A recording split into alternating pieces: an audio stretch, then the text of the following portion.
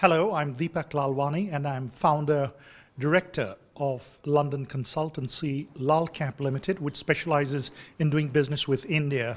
My own background is that I became a member of the London Stock Exchange some 25 years ago and have specialized on India for the last 17 years. My talk today really is on the macroeconomic side of India. I'm no energy analyst or indeed an expert on energy, but the whole idea is to give an overview, the story about where India is at the moment and where this economic journey is going to take it in the next 20 to 30 years. And indeed, to fuel the economy, energy needs have to be met. And so I'll be touching on those points as well. I hope it may be interesting. Thank you. Thank you. Good afternoon, ladies and gentlemen. This is always a tough session after lunch, after tea. I hope the tea has woken you up a bit. Thank you, first of all, to Objective Capital and to Ross for inviting me here to speak today. And I'm not a technician. I'm not one of you rocket scientists. I mean, I've heard some of the presentations here today, very impressive. I'm not an energy analyst or an expert, but I know one or two things about India and the journey that it's going on, very much a student of what's going on. So bear with me on the technical side. I would like to present the overview of what's been going on. And India's had independence now for nearly 65 years, but many decades were of slow growth, and it is accelerating now. And that acceleration I want to explain as well, and then fit in the energy needs on the way. So where's the Indian economy headed? The first $1 trillion of GDP actually took 60 years to reach that figure by March 2008. And the reason for that is explained in the next graph. For 30 years, it grew at a pretty slow pace of just 3.5% per year. Socialist policies, bureaucracy, the unintended results were an economy shackled by bureaucracy and corruption.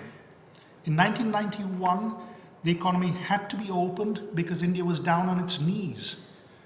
The IMF had to come to its rescue. It had only $1.5 billion of reserves to pay for 3 weeks of imports. And India has never defaulted. It's done many wrong things, but it's never defaulted on external debts. That's when the IMF came in, brought in some really tough measures, as we see what's going on in many other countries today. But that was the start of a journey which actually helped it. And that growth rate in the last decade has been 7.3%. And you have many forecasters saying that this could go up to even 8% over the next decade or two. So just coming back, the next trillion will be reached by March 2015. So the first trillion took 60 years, the next trillion, 7 years. And it's following the path of China, and it's 10 years behind China. But by the end of this decade, the GDP will be well over 4 trillion, approaching 5 trillion. Now that is a no-brainer because, you know, it's a country on a journey of economic catch-up. If the economy grows, it needs to fuel it as well. So every sector will expand. And of course, the economy needs to expand. Just to put things in perspective, I mentioned about the forex reserves. It was $1.5 billion. Well, let's call it $1 billion. In 1991, October 2011, it is $320 billion. In 1991, it had to go begging to the IMF. Today, it lends to the IMF. What are the effects of sustained growth? I'm just carrying on with the macroeconomic picture. Corporate growth. The individuals are getting wealthier. There's a lot of poverty. Over 800 million people under $2 a day. But it's this journey of catch-up. This is what this is about. So it's affecting society, GDP per capita. It's affecting the number of autos being bought.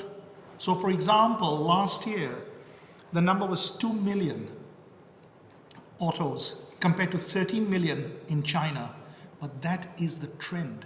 Mobile phones, just to give you an idea of the numbers, in the year 2000, all of the year 2000, there were only 3 million mobile phone lines added. Today, 2011, there are just under 20 million per month. And of course, there's the growth of the middle class. Just to give a quick overview on the energy consumption pattern, I'm not sure if that is clear, but the tall bar is the total consumption, and it starts with USA, China, and India. And in almost everything, whether it's oil, coal, natural gas, hydroelectric, nuclear, renewable, India is the baby out there. So in fact, in terms of consumption, for primary energy, India consumes about 4.4% of the world's energy, China 20.5%, and the US 19%. China has overtaken America now. So where are we going? There's a report by Barclays Capital, 2010. By 2015, India's primary energy needs will be up 50% and metals 80%.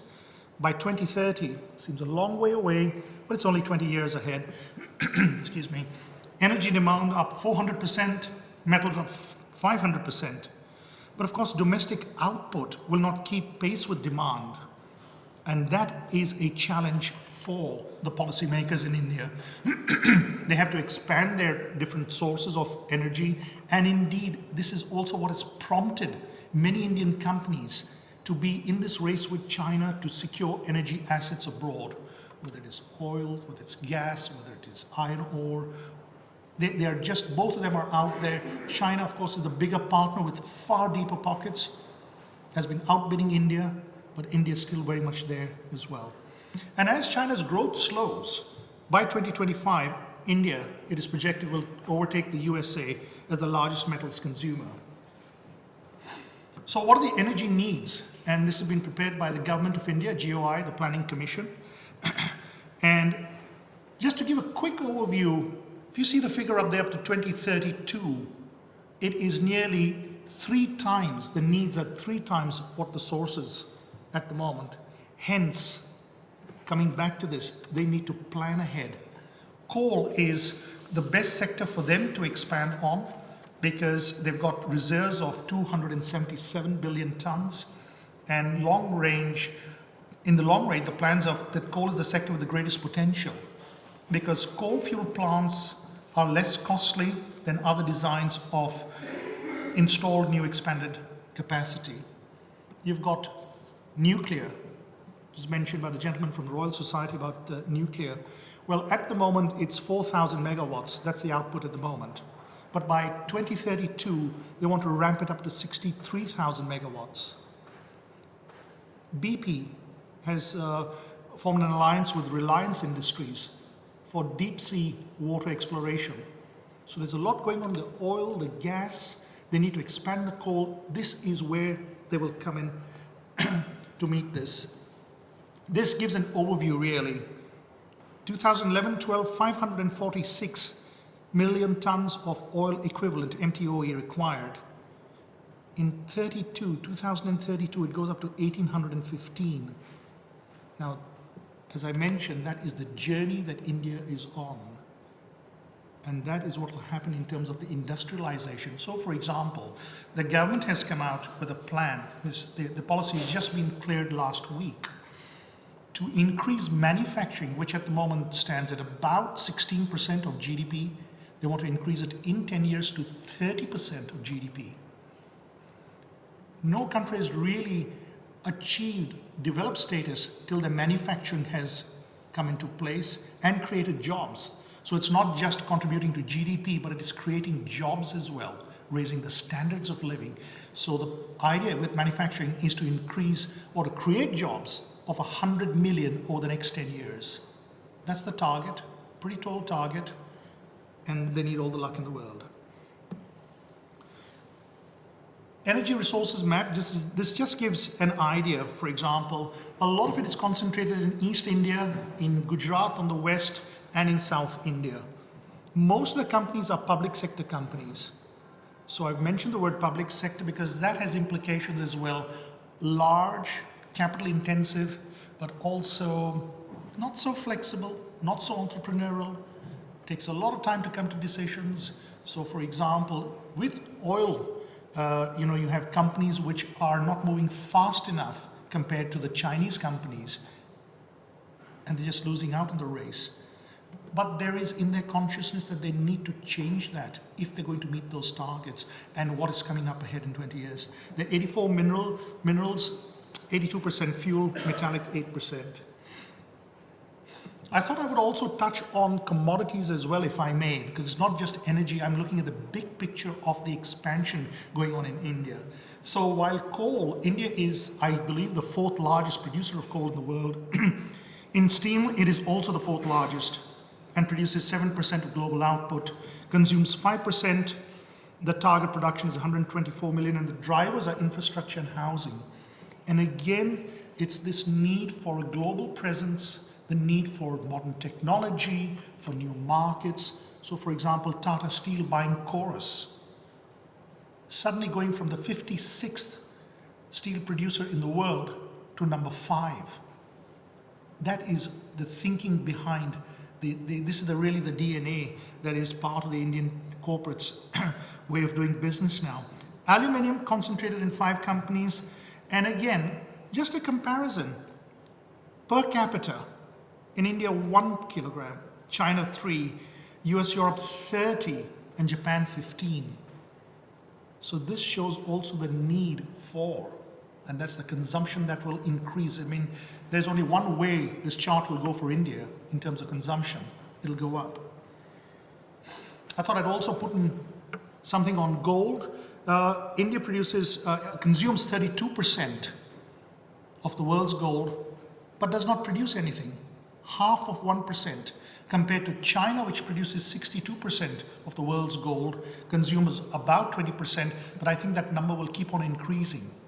There are reasons for that. Until the year 2000 or 2002, the Chinese, the average man, was not allowed to buy gold.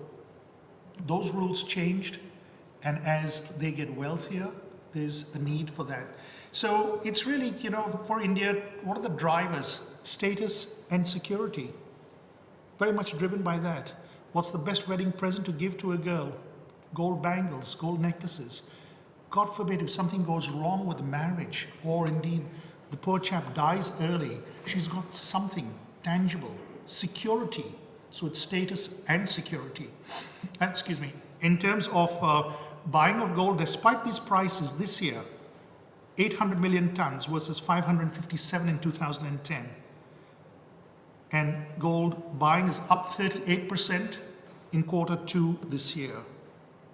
The interesting part is that only 40% of the population actually buy the gold. So the optimists look at the other side, 60% untapped demand. I've given a fair number of figures out there. I give talks, seminars in various places, and I'm often asked, can you give us one slide that captures the essence of India? Now, this is very difficult to do. But if I was to choose, if I was hard-pressed to choose, this is the one. Forget all the numbers I've talked about. A picture tells 1,000 words. Which is the real India? On the left-hand side, the chaos on the streets, crumbling buildings, poor infrastructure. On the right-hand side, the shiny buildings.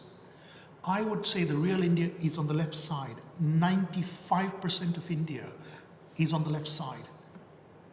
On the right side is only the 5%. You can look at that as good news or bad news. The bad news is, my goodness, what a job yet ahead. The good news is the potential. And that is why I say India is on a journey of catch-up. It is going from the left to the right. And that won't take just a decade or 2 decades. This story will go on for the next 3 decades plus. If any of you all have been to India, you know the roads, there are no straight lines in India. I was born there. The roads are bumpy, and therefore the journey will be bumpy, but hopefully we'll make money. Another picture, retail contrast. On the left-hand side, the wonderful vegetable seller. It's great because he comes and delivers things at home. On the right-hand side, the malls. And again, it is that journey going from the left to the right. And this again captures what is happening. It's about the modernizing of India, the industrialization. So I chose 3 themes. To start with, India was known as a place of snake charmers, wasn't it? That's the guy up there. That image has changed now to the young professionals, savvy with IT, in the forefront with technology. The second was the telephone. Well, India just lost it. It was far too late to put in all these telephone lines. The copper wire, forget it. Generation lost. What do? They move ahead. It takes time to do things in India, but when they get on, they move. It's like with the mobile phones. So now, you've got even the sadhu or the holy man with his mobile phone. And the last one is, mom, dad, and 3 kids on a motorbike. Hence the concept of the nano. Mr. Tata thought, why can't we find, because it's all about business, find a need and fill it. Therein lies the demand. You want something safer, to put them in a car, mom, dad, 3 kids, they'll be squashed in, but that's better than being on a motorbike. Thank you very much.